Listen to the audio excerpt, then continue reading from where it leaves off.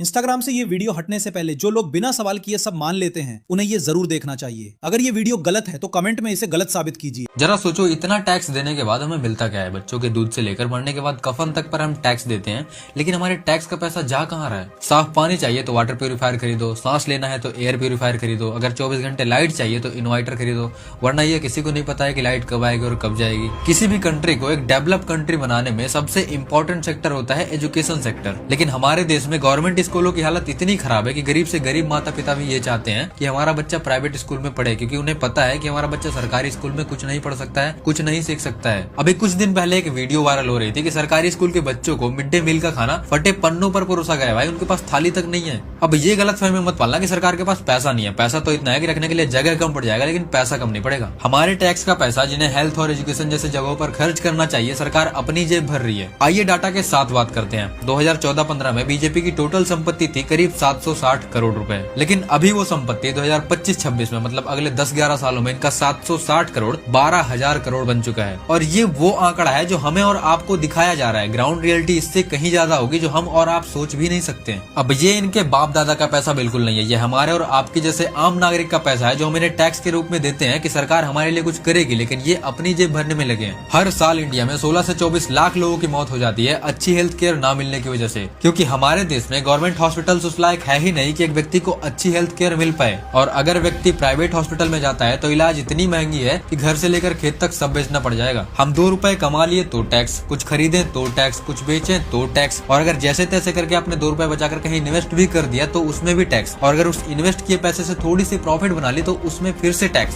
फिर भी हमें दूध नकली, पनीर नकली, दही नकली, वैक्सीन तक नकली दी जा रही है। और पॉल्यूशन तो इतनी ज्यादा हो चुकी है कि दिल्ली और मुंबई जैसी शहर गैस चैम्बर बन चुके हैं। हालत इतनी खराब है कि गंदा पानी पीने की वजह से लोगों की मौत हो रही है और सरकार को कोई फर्क ही नहीं पड़ रहा है। दुर्भाग्यवश जो काम मीडिया को करना चाहिए वो काम हमें करना पड़ रहा है। तो आप फॉलो कर सकते हैं हमारी आवाज को थोड़ी सी बुलंद बनाने के लिए, और अपनी राय कमेंट बॉक्स में देकर जाइएगा। जय हिंद, जय भारत दोस्तों।